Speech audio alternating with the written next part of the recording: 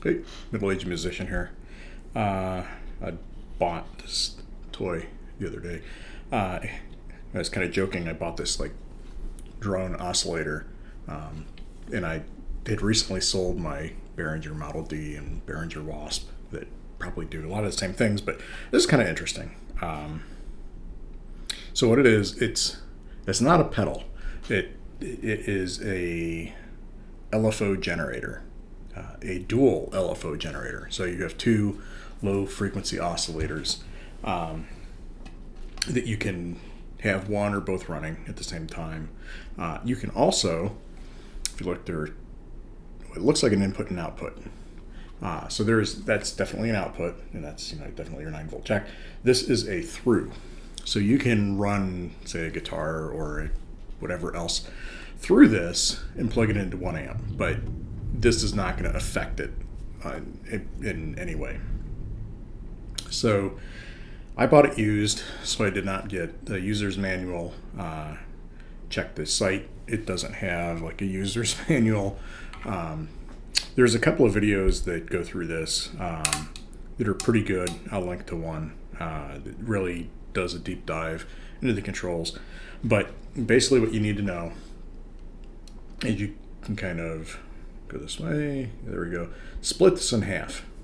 So the right and the left side are mirror copies of each other. For the most part, there's some master controls. So you have this master on-off, a master volume. You have on this side a coarse and grain, fine filter. So these are everything from here up is master. Everything from here down is kind of mirrored. So the inner switches are going to be sine or square wave. You have kind of the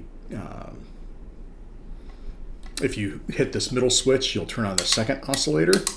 So this is middle knob here, There we go. Why am I? Oh yeah, this one. Middle knob here is oscillator 1. This is oscillator 2. This is also it's sort of pitch in that for the oscillator, and then oscillator 1, oscillator 2 rate. So you'll see when I play around with it what that does. It's pretty fun. You get some pretty cool sounds out of it. I especially like it with a little bit of reverb, and that I might run it through some pedals, but I'll definitely pull it up in Ableton, throw some of the built-in reverb plugins and stuff into it. You can get some really interesting sounds out of it. It isn't quite as fat as like a Moog, but it's pretty close. It's got a pretty good sound to it. Construction wise, it's top notch. Everything here, if you look, has lock nuts on it, or not lock nuts, but nuts on it. A lot of people complain some of the Behringer stuff does not.